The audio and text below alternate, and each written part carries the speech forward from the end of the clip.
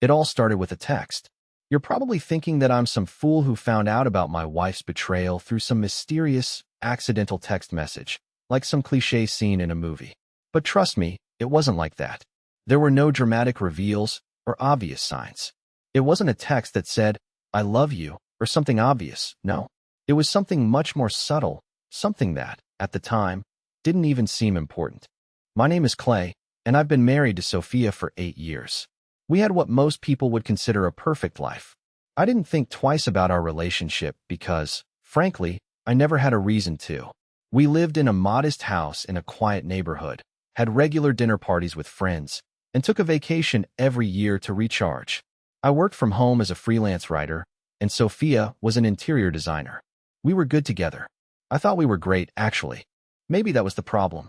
The text came on a Wednesday afternoon, the kind of day that started like any other. Sophia had just gotten home after a long day of meetings, and we were going to have dinner together. I had just wrapped up an article I was working on and was planning to surprise her with a bottle of wine and a homemade pasta dish. It's silly, I know, but I wanted to do something nice for her because lately, things had been different. I couldn't put my finger on it, but I noticed that we weren't as connected as we used to be. Sophia had become more distant, sometimes even distracted during conversations. She'd say everything was fine, but I could tell something wasn't. As I was preparing dinner, my phone buzzed on the kitchen counter. It was a text from her. "Hey, don't wait for me to eat. Got caught up with a client, and I'll be late, maybe an hour or two. Hope that's okay." I didn't think much of it at first. Clients, deadlines, these things happened all the time in her line of work. But as I read it again, something about the tone struck me as off. The way she signed it off, "Hope that's okay," was too casual. Normally, if she was going to be late, she'd be a bit more apologetic. But this time, there was no mention of how she felt bad about it, or even a suggestion to reschedule. Just, "I'll be late, deal with it." I let it go. Maybe I was overthinking.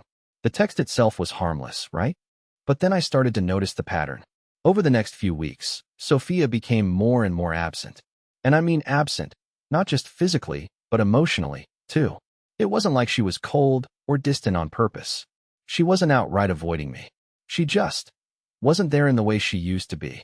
There was always something else on her mind, some project she was working on that kept her distracted. I tried talking to her about it a few times, but every time I brought it up, she'd say the same thing. "I'm just stressed, Clay. It's work. Don't overthink it." I wanted to believe her. I really did. But the little moments kept adding up. The way she'd come home late and not tell me about her day in detail like she used to.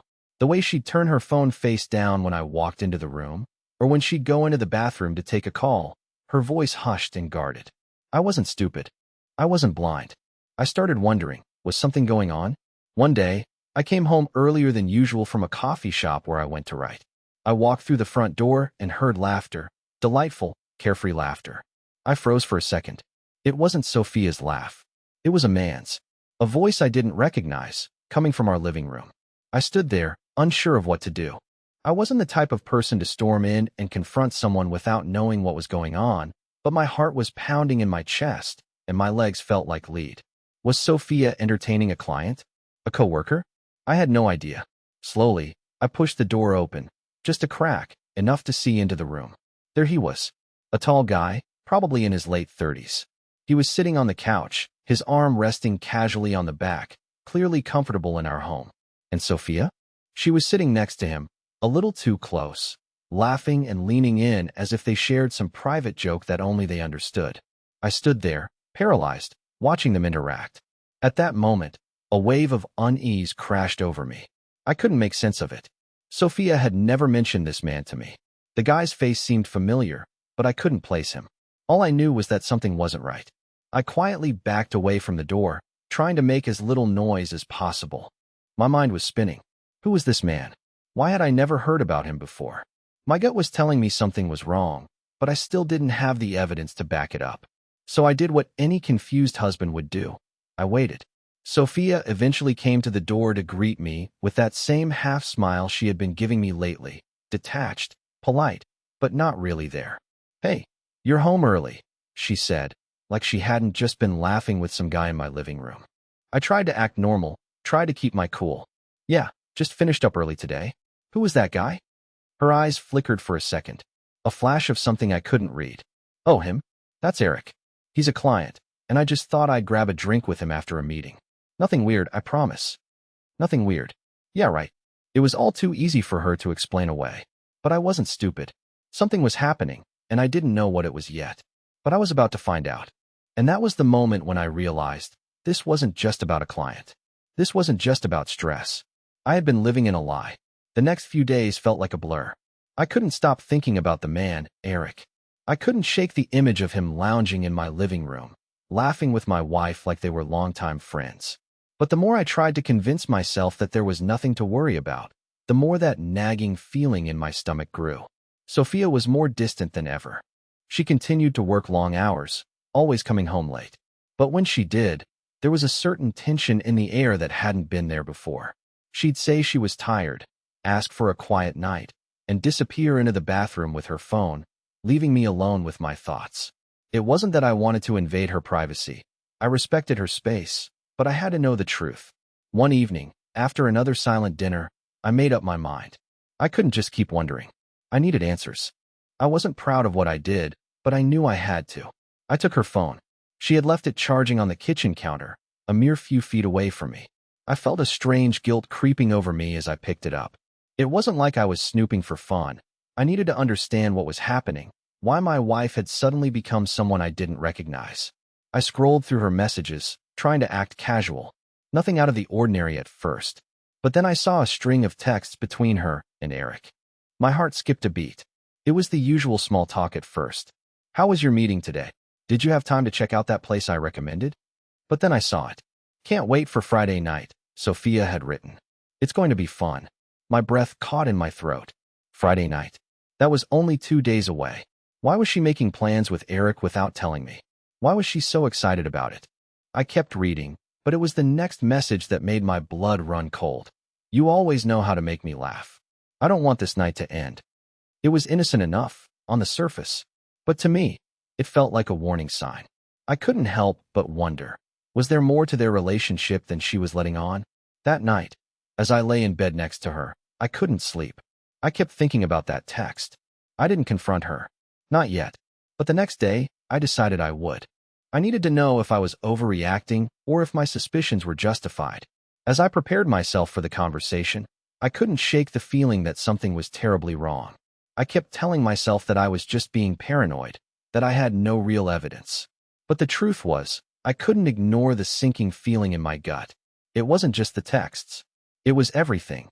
The distance, the late nights, the secrecy. Something had shifted, and I was no longer sure I was part of her life. That morning, Sophia didn't even seem to notice that I was acting different. She was busy getting ready for work, scrolling through her phone, lost in whatever world she was living in. I sat there, staring at her, feeling like a stranger in my own home. How had we gotten here? When she kissed me goodbye, I could tell she was in a hurry, just like always. I'll see you tonight, she said, already turning to leave. Yeah, I mumbled, the words leaving my mouth like they were out of my control. Have a good day. As I watched her drive off, I realized I couldn't let this go any longer. I had to find out what was really going on. But how far was I willing to go to get the truth? Would I uncover something I wasn't ready to see? The question lingered in my mind, unanswered. Friday came faster than I expected. The entire week had been a blur of uncertainty and suspicion. I tried to focus on my work, but no matter how hard I tried, my mind kept drifting back to the texts, to the laugh, to the feeling that something had changed between Sophia and me. She had mentioned she was meeting Eric for drinks after work, but she didn't go into much detail. I hadn't asked, and she hadn't volunteered any extra information. I wasn't sure if she was being evasive or if I was just reading too much into it. That evening, she left around 7 p.m., dressed up in a tight black dress I hadn't seen before. She stood in front of the mirror, adjusting her hair, and when she turned to look at me, I noticed she was wearing something else that caught my eye, a hint of excitement in her eyes, something I hadn't seen in a while. Where are you two going tonight? I asked, trying to keep my voice steady, though inside I was already bracing myself for whatever she might say. Just a new bar downtown, she replied casually. It's a new place we've been talking about. I nodded, but the unease in my chest grew heavier. It wasn't the bar that bothered me. It was the fact that she was spending the night with Eric, and I had no idea what was really going on between them. Was this just an innocent outing, or was there something more? I watched her leave, and for the first time in weeks, I felt a strange mix of frustration and helplessness. I didn't know what I was expecting, but something told me that night would change everything. After she left, I couldn't sit still. I paced the house, staring out the window, checking the time every few minutes. I tried to focus on something, anything, to distract myself, but nothing worked. My thoughts kept racing back to that text, to the hidden messages I had seen between Sophia and Eric. I couldn't help it. I had to find out more. So, I did something I'm not proud of. I drove to the bar. I didn't plan to confront them, but I needed to know where she was, who she was with, and what was really happening. The streets were quiet as I parked a few blocks away from the bar. I waited for a while, my heart pounding, unsure if I was doing the right thing or just making everything worse. Then I saw them, Sophia and Eric, laughing together outside the bar. They stood too close to each other, closer than I would have liked. It wasn't just a friendly conversation, it was more intimate, more personal. My chest tightened. I couldn't look away, even though every part of me wanted to. I sat in my car, frozen, watching them. I didn't know what to do. I wasn't ready to confront her yet, but seeing them like that, knowing I had no idea what was really going on between them, it felt like a slap in the face. Sophia's laugh echoed through the night air, and I realized something. This wasn't about a late night out or a misplaced text anymore. This was about trust, about the growing realization that the woman I had married, the woman I thought I knew, might not be the person I thought she was. I couldn't shake the feeling that something had changed, and I wasn't sure if I could fix it, or if I even wanted to anymore. I spent the rest of the night in my car, parked down the street from the bar, watching them. It felt like I was paralyzed. Part of me wanted to march in there and confront them, but another part of me was terrified of what I might hear, what I might see. My thoughts kept spiraling. What if I was wrong? What if I was just overthinking all of this? But everything I'd seen that evening pointed to something else, something I wasn't ready to admit. They were too close, laughing too easily. Eric's hand brushed against her shoulder as they spoke. It wasn't a big gesture, but it was enough. Enough for me to feel a knot tighten in my stomach. Around midnight, I saw them leave together. Eric was walking beside her, leaning in to say something, his face inches from hers. They didn't look like two people simply enjoying a night out with friends. It looked more like two people who were in the middle of something. Something more than just friendship. I couldn't take it anymore. I started the engine and followed them. My hands gripped the steering wheel so tight my knuckles turned white. I wasn't sure what I planned to do if I followed them, but I felt like I needed to know where they were going. Were they headed to his place? To hers? My heart raced with every turn they made.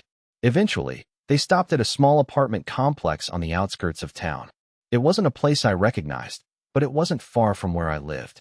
They got out of the car together, laughing as they walked toward the entrance. I waited for a few moments, watching them disappear inside, and that's when the weight of everything hit me. I was no longer just suspicious. I was certain. I sat in my car for what felt like hours, the cold air pressing against the windows. My mind was reeling. The man I had trusted, the woman I had loved. What had happened to everything we built? How had it all unraveled so quietly, so steadily, without me even noticing? I don't know how long I sat there, but eventually, I started driving home. The quiet of the night was almost suffocating, but I couldn't escape the feeling that things would never be the same again. I needed to talk to her. I needed answers. When I got home, I sat in the dark, waiting for her to return. I thought about all the times I had asked her about her late nights, about her changing behavior, only to have her brush it off. How many times had I tried to tell myself it was just stress, just work? How many times had I ignored my own gut feeling, thinking I was just being paranoid? Finally, the door opened. Sophia stepped inside, her face lighting up when she saw me, but that light quickly faded when she noticed the look on my face. I didn't wait. I couldn't. Where were you? I asked, my voice flat, controlled, but inside, I was barely holding it together. She froze, then smiled nervously. What do you mean? I was out with Eric, just like I said. I couldn't help myself. I saw you. I followed you. The words spilled out before I could stop them. Her expression faltered. You followed me? She asked, a flicker of anger in her eyes. But there was something else, something more like fear. I saw you two together, laughing, walking into his building. I said, the words coming out in a rush. What's going on, Sophia? Tell me the truth. Her eyes dropped to the floor. She opened her mouth to speak, but closed it again, like she was searching for the right words. Finally, she looked up at me, her face pale, her voice barely a whisper. I didn't want you to find out this way, she said. That's when I realized. I already knew. The truth had been staring me in the face for weeks. But hearing her admit it, that hit harder than I ever could have imagined. I'm sorry, Clay, she continued, her eyes brimming with guilt. It's just, I didn't know how to tell you. I could barely breathe. How long? I asked, my voice trembling. Her eyes welled up with tears. It's been going on for months, she whispered. Months. That word hit me like a punch to the gut. I had been living a lie for months, and I hadn't even known. The words hung in the air, thick and suffocating. It's been going on for months. I repeated them in my mind over and over, trying to make sense of what she was saying. My heart raced, and I suddenly felt lightheaded, like the floor was being pulled out from under me. Sophia stood there, trembling, her eyes filled with tears, but I couldn't look at her. Not yet. I needed to process what she had just told me. Months? I asked, barely able to get the word out. You've been seeing him for months? She nodded slowly, her voice shaking as she spoke. I never meant for it to go this far, Clay. It just happened. Her words felt rehearsed, like she had said them to herself 1,000 times already, trying to convince herself that what she was doing wasn't as bad as it seemed. But nothing could make it right. Nothing could fix what had already been broken. I stood there, numb, not knowing what to say. I had so many questions, but none of them seemed important anymore. How long have you been lying to me, Sophia? I finally asked, my voice barely above a whisper. I'm so sorry, she whispered, stepping toward me as if she was trying to reach out, but I took a step back. I didn't want to hurt you. The words hit like a slap, but I couldn't feel the sting, not yet. I felt empty, like I had just been shattered, and the pieces were scattered too far apart for me to ever put them back together. How long, Sophia? I asked again, desperate for something concrete, something to hold on to. She wiped her eyes, and it took a moment before she answered, her voice barely audible. Since last fall, the first time he came over to the house for a meeting. A chill ran through me. It was like everything that had happened in the past few months started to make sense, but in the worst possible way. The late nights, the secrecy, the distance between us, it was all because of him. It wasn't work stress or some innocent distraction. It had been him. And now, the truth was there, in front of me. I'm so sorry, she repeated. I didn't know how to stop it. I took a deep breath, trying to keep my emotions from spilling out of me all at once. I didn't want to fall apart in front of her. Not now. But it was hard. So damn hard. You don't get it, do you? I said, my voice trembling. You don't understand how much you've hurt me. She shook her head, as if she knew exactly how much pain she had caused. But her words only made it worse. I never wanted to hurt you, Clay. It wasn't about you, it was about me. I've been so lost for so long, and I didn't know how to fix it. Lost. The word stuck with me. Lost. It made sense now, the way she'd changed, the way she'd pulled away from me. But what hurt the most was that I hadn't seen it. I hadn't seen her slipping away. I hadn't noticed until it was too late. You're not lost, Sophia. You're just selfish. I spat before I could stop myself. The anger bubbled up, and I couldn't hold it back. You used me. You used our marriage, our life together, and for what? For him? Her face fell, and she stepped back, as though I had slapped her. The tears fell freely now, but they didn't reach me. I couldn't feel anything for her in that moment. Only rage. I never meant to hurt you, she said, her voice breaking. I looked at her, really looked at her for the first time in what felt like ages. I wanted to scream. I wanted to throw things. But instead, I turned away. I need to be alone, I said, my voice cold, devoid of any warmth. And with that, I walked out of the room. I didn't know where I was going or what I was doing, but I needed space. I needed to think. I needed to process what had just happened. As I stepped out into the night, the cool air hit my face, but it didn't do anything to numb the pain. It wasn't just that she had cheated, it was the way she had done it, the way she had lied to me, to my face, for so long. Everything felt like a lie now. I had no idea what I was going to do next. I didn't know if I could ever look at her the same way again. But one thing was certain, everything had changed. And I wasn't sure if it was even worth trying to fix. The next few days felt like a strange dream, a nightmare I couldn't wake up from. Sophia tried to talk to me, but I couldn't bring myself to listen. Every time she spoke, I heard the words, but they didn't register. They didn't matter anymore. She said she was sorry. She said she didn't mean to hurt me, that it wasn't about me, but I didn't want to hear it. The truth was simple. She'd betrayed me. She'd betrayed us. I wasn't sure what was worse, the affair or the fact that I'd spent months blind to it. I'd trusted her, and she had taken that trust and shattered it without a second thought. She slept in the guest room for the next few nights, but it didn't matter. I couldn't sleep. Every time I closed my eyes, my mind replayed the image of her with him, laughing, touching, being everything she hadn't been with me for months. It burned. But the silence in the house was unbearable, and one night, when I was sitting on the couch, staring at the blank TV screen, she came downstairs. I could hear her steps before I saw her. She had her arms crossed, her eyes puffy from crying, but it was her voice that cut through the air like a knife. "Clay, please. I need you to talk to me." I looked at her, my heart cold, distant. "Talk to you? About what?" "About us. About everything. I know I've messed up, but please, can we just—" "No, Sophia," I interrupted. I stood up, the anger bubbling to the surface again, but this time it wasn't directed at her. It was directed at myself, at everything I had allowed to happen. "You don't get to talk to me like everything is fine. You've been lying to me for months, and now you want me to fix it? You think we can just talk and it will go away?" Her eyes widened. "I didn't want it to happen this way. I never wanted to hurt you. I don't care what you wanted anymore. I care about what happened, what's been happening behind my back while I was trying to hold everything together. I don't know how to look at you the same way, Sophia. I can't just pretend nothing happened." I turned away, my fists clenched at my sides.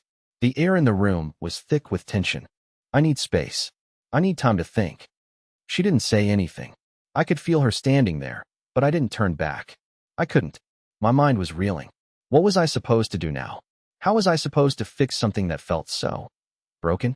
She stayed silent, and after what felt like an eternity, I heard her footsteps fade back upstairs. But the silence didn't comfort me. It suffocated me. For the next few days, I stayed locked in my own head, replaying the conversation, trying to figure out how I was supposed to feel, how I was supposed to act. Should I try to fix things? Should I walk away? There were no easy answers. I tried to keep busy. I worked more, focused on the things I could control, but every moment felt like a reminder of what had happened. And every time I saw her, every time I heard her voice or saw her face, it made me question everything. And yet, I still couldn't bring myself to walk away. I wasn't sure if I was waiting for something to change, or if I was just too tired to make a decision. One night, she came to me again. "I'm sorry, Clay," she said quietly, standing in the doorway of my office. "I know I've hurt you, and I can't take that back. But please, I want to try. I don't want to lose you." I didn't respond immediately. Instead, I just looked at her, trying to find the woman I had loved. But the truth was, I couldn't find her. The person standing in front of me wasn't the woman I had known. I don't know what to say to that. I finally muttered, my voice weak, broken. "I'm not asking for forgiveness right away," she whispered. "But I'm asking for a chance to show you that I can be the person you once believed in." I didn't say anything. What could I say? Could I forgive her? Could I even look past everything she had done? The space between us felt like a vast ocean, and no matter how much we both wanted to bridge the gap, it seemed impossible. Days passed, and I couldn't shake the feeling that something had already broken, something that couldn't be fixed. The silence between us was suffocating, but I didn't know how to bridge the gap. Every time I looked at her, I saw a stranger. Every time she tried to speak to me, I felt like I was listening to someone I no longer knew. Sophia would come downstairs in the mornings, trying to start conversations, trying to ease the tension, but it felt forced. She wanted to fix things, but I couldn't even tell if I wanted to be fixed. Maybe I was angry. Maybe I was scared. Maybe I just didn't know who I was anymore. It was one of those nights when I sat down in front of the TV, not really watching anything, when she came in. She stood in the doorway, looking at me as though waiting for me to say something, to do something, to make a decision. "I'm sorry, Clay," she whispered. "I don't know what else to do." I didn't respond at first. I just sat there, staring at the screen, trying to ignore the knot that had been twisting in my chest for days. She wanted me to forgive her, wanted me to give her a chance, but I didn't know how to. Finally, I turned to face her, my voice low and cold. I don't think I can ever trust you again, Sophia. Her face faltered. I could see the hurt in her eyes, the way she tried to hold it together, but it was obvious. She was losing me, and I was losing her too. I know, she said, her voice barely a whisper. I don't expect things to go back to how they were. But can we try? Can we just try to start over? I laughed bitterly, the sound escaping before I could stop it. Start over? How? After everything? She took a step closer, desperation in her eyes. I know I've hurt you. I know I can't take it back. But I love you, Clay. I need you to believe that. Her words hit me harder than I expected. The idea that she loved me, after everything, felt impossible. But as much as I wanted to, I couldn't find it in myself to believe her. I don't know what love is anymore, I said, my voice breaking. Not when it feels like everything we've built was a lie. She took another step forward, but this time, I didn't move. We were so close, yet so far apart. I could see her eyes searching mine, as if looking for some sign that I still cared, that I could still be the person I used to be. But I didn't know if I could be that person anymore. I didn't know if I even wanted to. I'm not asking for everything to be perfect, she said softly. I'm asking for a chance to prove I can make it right. The words hung in the air. A chance to prove she could make it right? Could I even consider that? Could I even trust her enough to give her a chance? I didn't know. But as she stood there, waiting for me to say something, I realized I was running out of time to decide. And I was afraid of what would happen if I made the wrong choice. For the first time in weeks, I wasn't sure what to do. And that scared me more than anything. I stood there, looking at Sophia, feeling the weight of everything that had happened. The betrayal, the pain, the endless questions. For so long, it felt like the distance between us was unbridgeable, like the love we once shared had evaporated into nothingness. But in that moment, staring at her with those pleading eyes, I realized something. Maybe this wasn't the end. Maybe it didn't have to be. I had spent so much time angry and hurt, trying to piece together what had gone wrong. But I hadn't thought about what came next, what I could still salvage from all of this. I had always believed in second chances, in the possibility of growth. Maybe, just maybe, I could believe in one more chance for us. Sophia had made a mistake, a huge one, and so had I. I had failed to notice the signs, failed to see that she was struggling in ways I hadn't understood. I had been so focused on my own pain that I had ignored her own loneliness. But did that mean I should throw away everything we had? I don't know if I can forgive you yet, I said, my voice quieter now, not filled with the anger it once had. But I want to try. I want to see if we can rebuild, if you're really willing to work for it. Her eyes widened, hope flickering in them. Clay, you're willing to try? I don't know what it'll look like, but I think I owe it to us to see if we can fix it. If you're committed to it, I'll try. Sophia took a deep breath, her whole body relaxing for the first time in days. I'll do whatever it takes, she said, her voice full of determination. I swear, I'll prove to you every day that I want this, want us. I nodded, slowly, as I absorbed her words. It wasn't going to be easy. Trust wasn't something that could be rebuilt overnight. But there was something in her eyes, a sincerity, a vulnerability, that told me maybe, just maybe, we could find our way back. I don't expect everything to be perfect, I continued, but I do expect honesty. From both of us. She smiled through her tears, and this time, it was different. It wasn't the smile of someone trying to hide guilt or shame. It was the smile of someone who, for the first time in a long while, felt like they had a chance to make things right. I can do that, she whispered. We stood there for a long moment, just looking at each other, a fragile but real connection forming again between us. It wasn't an instant fix, and it wasn't the way I thought this story would end. But it was a beginning. A new beginning, one built on honesty, vulnerability, and a willingness to try. And maybe that's what love is, after all. It's not perfect. It's messy, complicated, and often painful. But it's also full of second chances, of moments when two people decide, despite everything, to move forward together. As she stepped forward and I wrapped my arms around her, I realized something else, too. This was just the beginning of the rest of our story. And for the first time in months, I felt hope.